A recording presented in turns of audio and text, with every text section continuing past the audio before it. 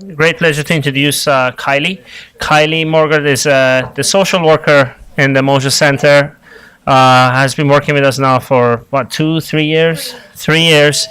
Very energetic, very passionate, very accommodating. Is always willing to see the patients whenever they're ready, more or less, which is really nice. And has been part of the Leukodystrophy Care Network, which is an organization that we're part of, as part of the groups that are working on different treatment guidelines for leukodystrophies. And so I think her talk will be about overcoming social challenges associated with leukodystrophies and chronic illnesses. And thank you for being here.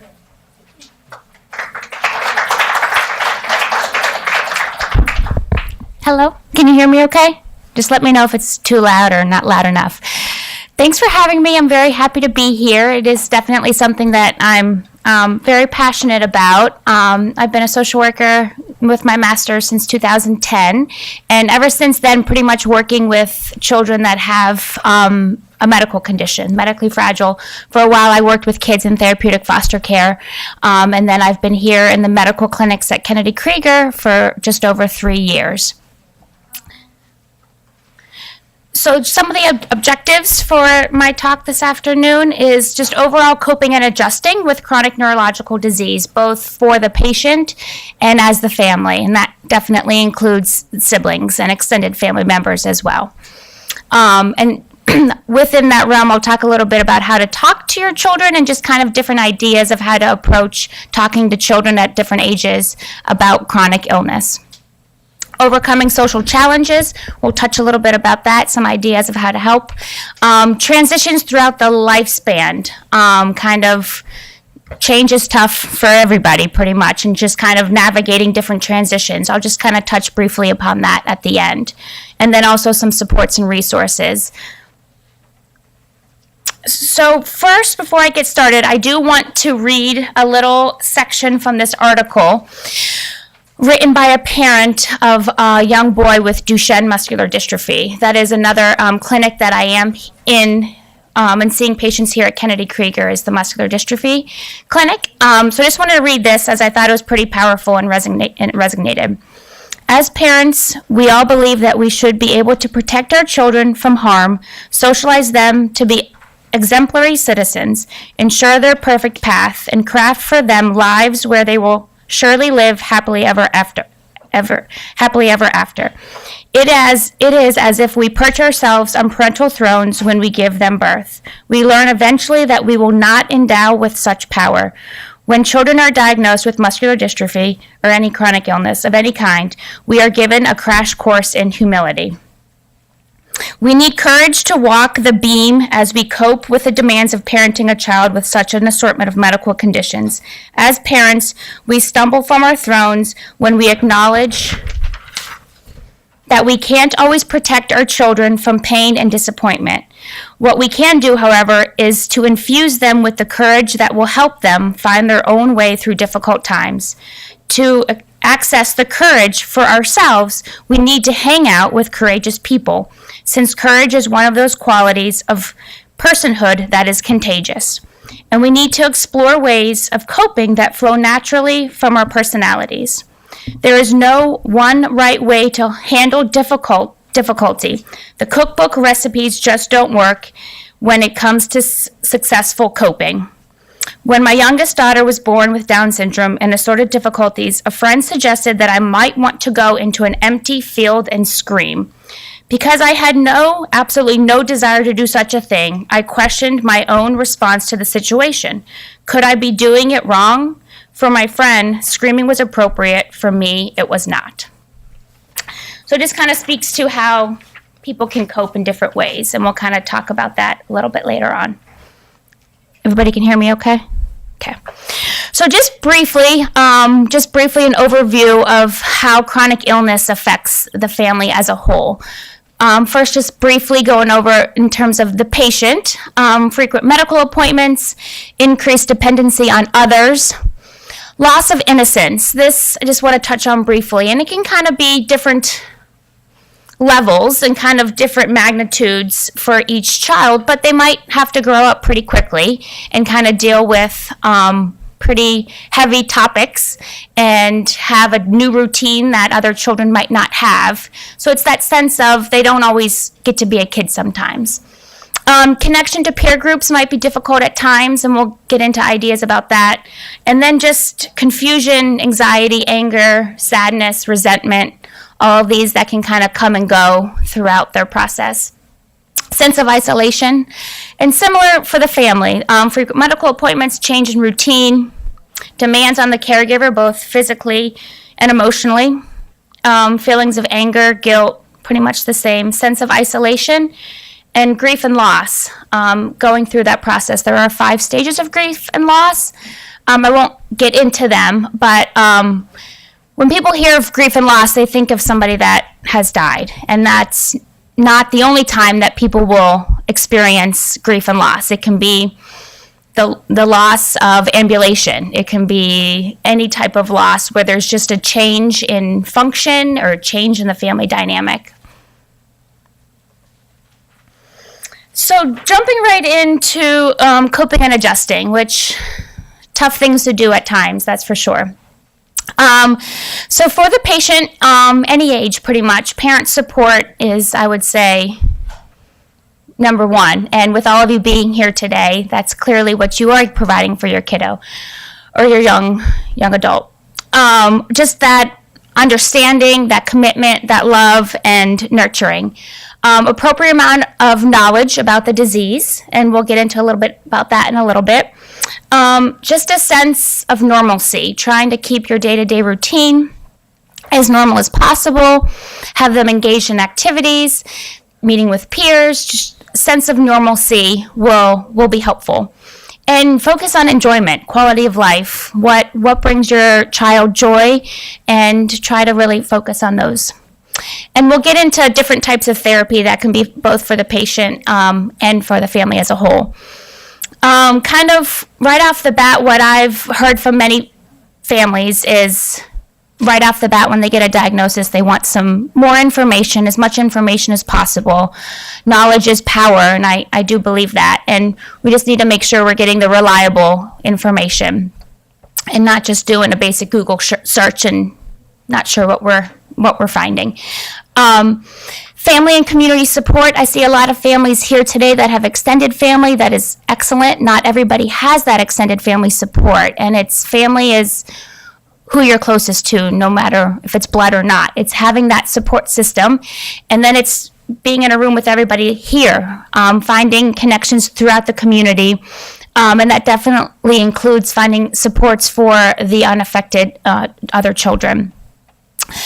Self-care is huge. It is like the hot new topic in social work that we preach to everybody is self-care, right? You got to take care of yourself in order to take care of your family member that has a chronic illness. You can't pour from an empty cup. You got to take care of yourself first. And similar to the little paragraph that I read earlier, it might be going into a field and screaming. It might be, it's whatever self-care means for you, how you kind of rejuvenate yourself. It could be an extra long shower every other day. It can be going for a walk, reading a book, getting a massage, something to take care of yourself, both physically and emotionally. And that does include, which I'll kind of get into, different types of therapy options.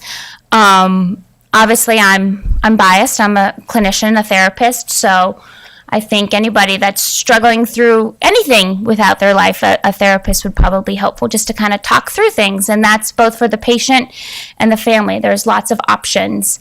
And seeing patients here in the medical clinics from all over and then referring them back and to where they come from and they are interested in therapy, I will then suggest that they try to find somebody that is knowledgeable in chronic illness and has an understanding of what they may, just kind of that dynamic. But individual therapy for the patient, for the families, couples counseling, a whole family dynamic counseling is also an option, and then support groups. It's not so much like it's more of support than directed therapy.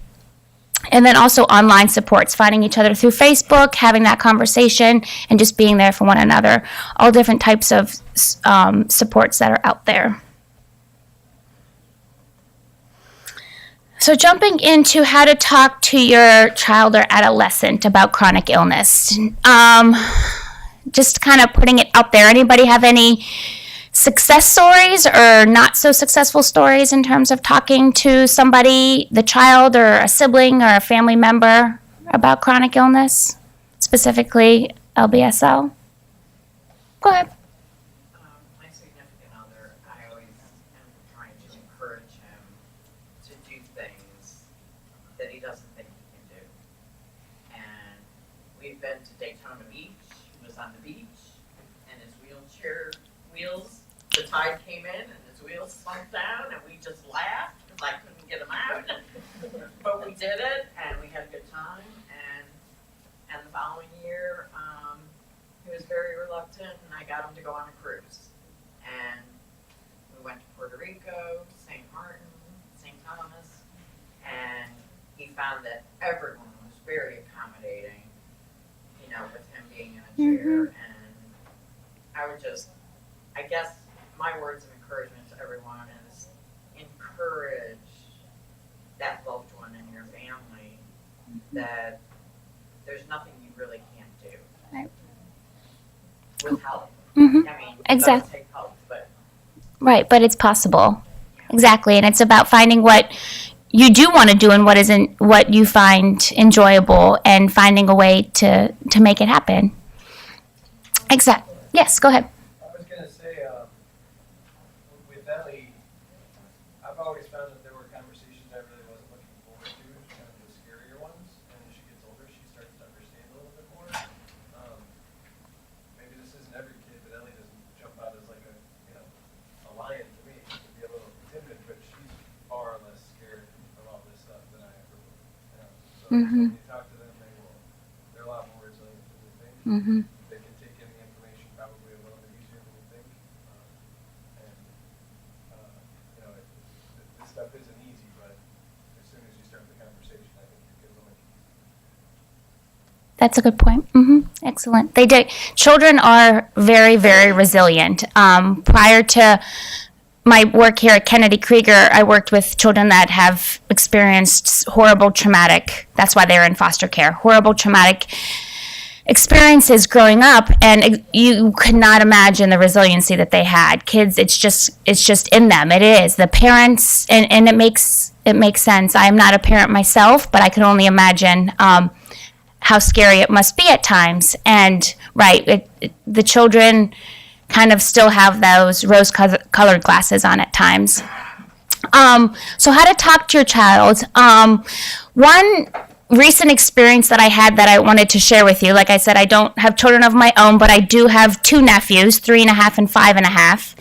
And I was with all my family recently around the holiday, and just was sad about something going on, and I was crying, and my 3.5-year-old nephew asked me, "What's wrong, Auntie Kai? Why are you crying?" And I said, "I'm just sad, buddy." He looked me straight in the eyes and said, "Tell me the truth."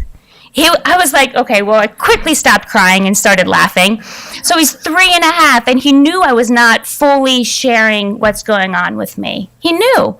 So as much as we want to try to not have those difficult conversations, something is going on in their head. They're wondering, they're thinking, what's going on? They know they're going to medical appointments. Things might be a little bit tougher here and there.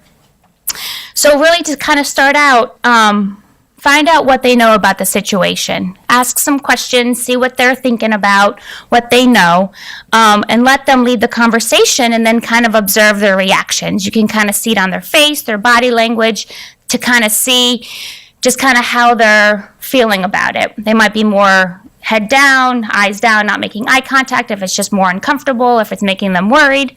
And asking open-ended questions will kind of facilitate more of a conversation.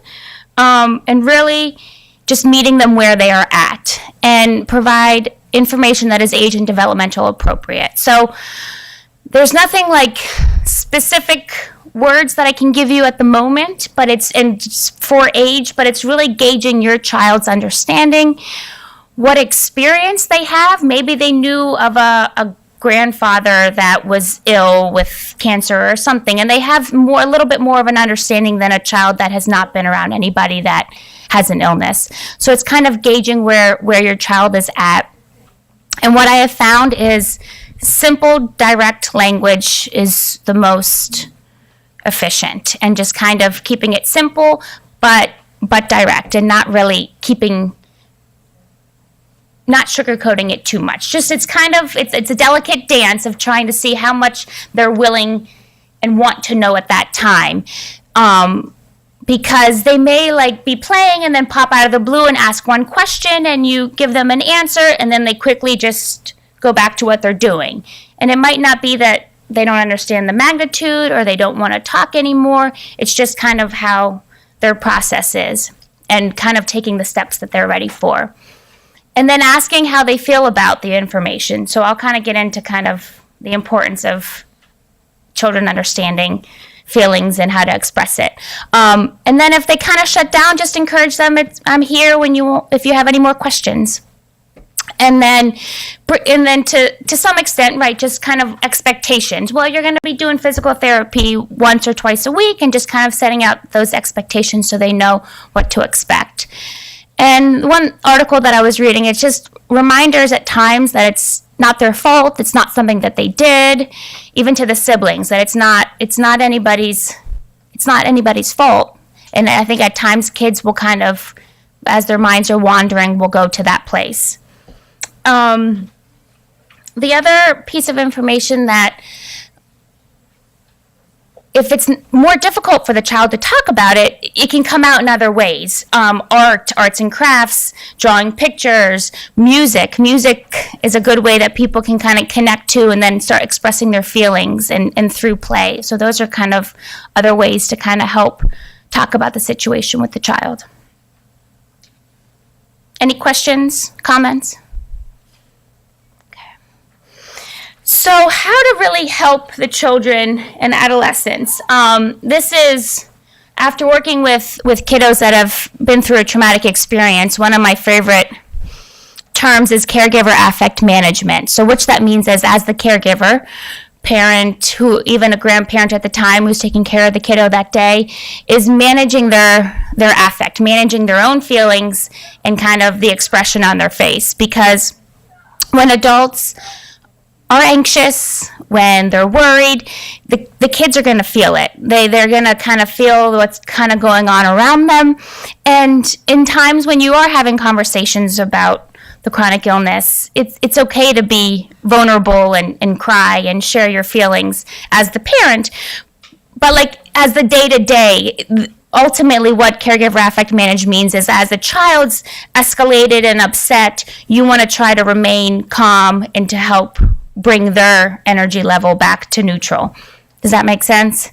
So it's kind of managing your own feelings in order to help them manage theirs. Open and honesty, again, with age appropriate and what they're ready to hear and what's appropriate for their age level and development. Focus on the strengths, quality of life, and different relationships, peer relationships. Those are all important things to focus on throughout the child's life. And then affect expression and understanding. When I do therapy with a young kid, no matter ADHD or chronic illness, what I do right off the bat is gauge their understanding of feelings. Do you know what's going on inside your body? What feeling is what? And helping them being able to articulate it.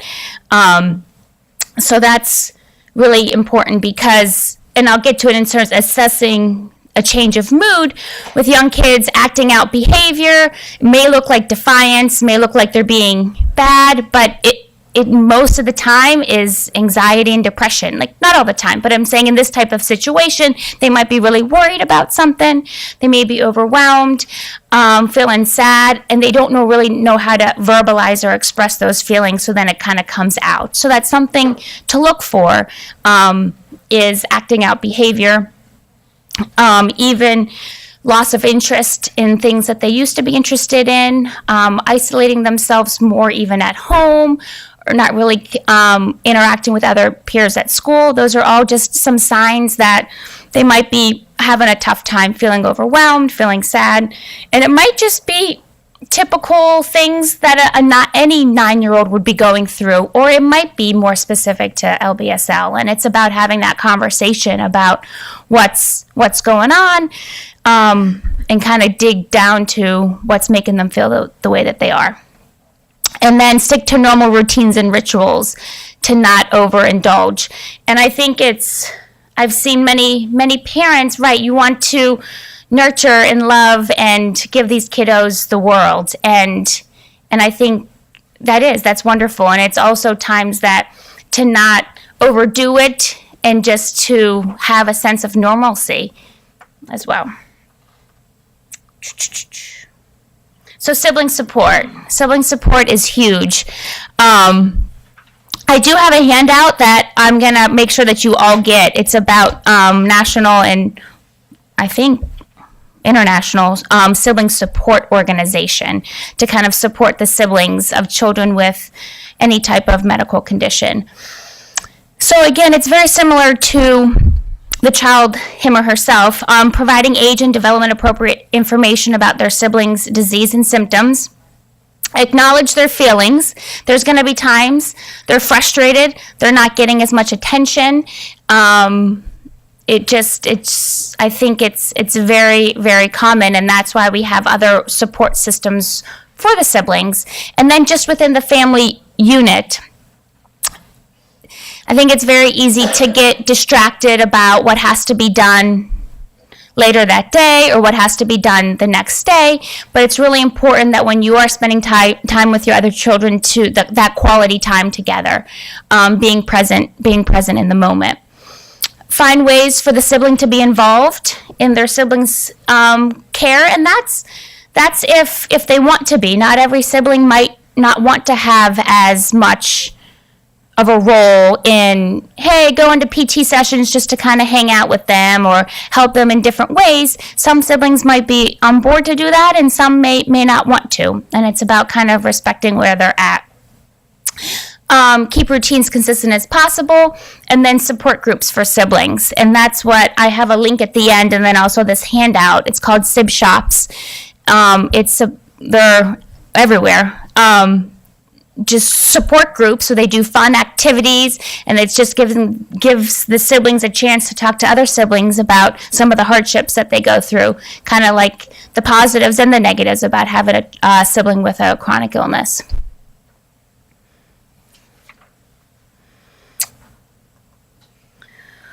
So social challenges, I'll just kind of briefly touch on this. Got a couple more minutes. So in terms of disrupted routine, so in terms of what I think of like social interaction, right? Interacting with peers, interacting with others, having enjoyable social events, just kind of that interaction and being able to connect to other humans.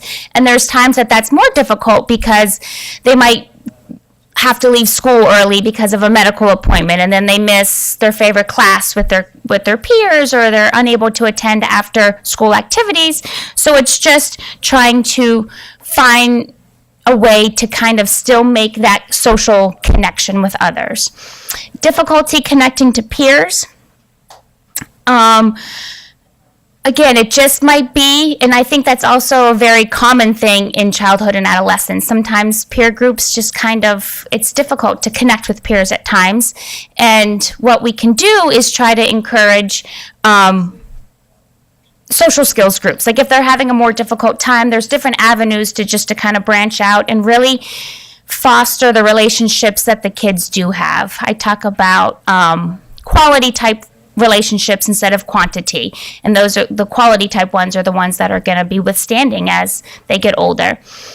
And then the limitations that they have, or the questions that they might get. Why do you walk a little bit different, or why do you have a helmet on?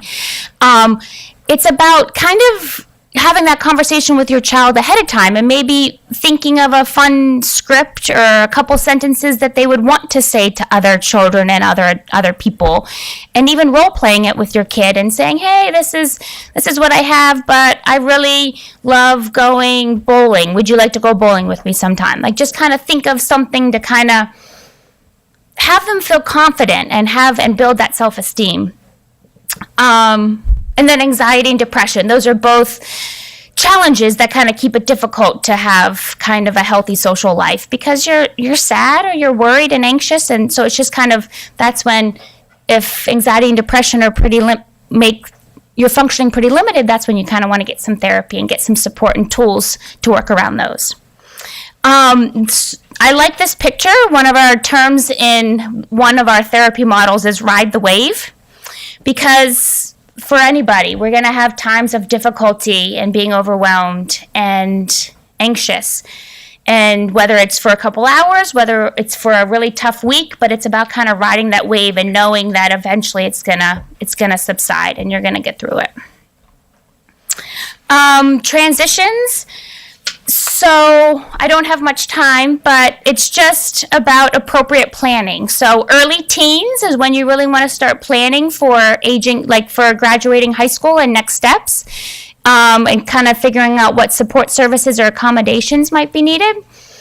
I know here at the Moser Center we see all ages, but like your PCP, you might have to then change from pediatric to adult medical care and kind of doing that in a timely manner so you feel comfortable with the transition.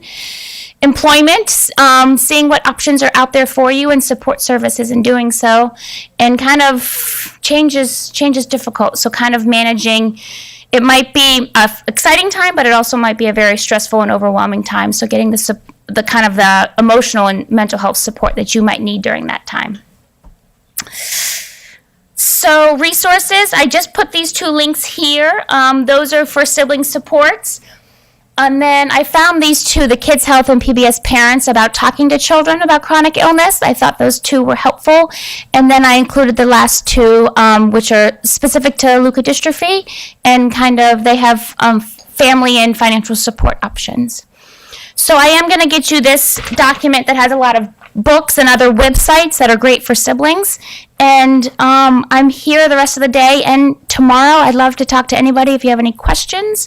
Truly, you are the experts. We learn from you just as much as us all learning together. So thanks for having me.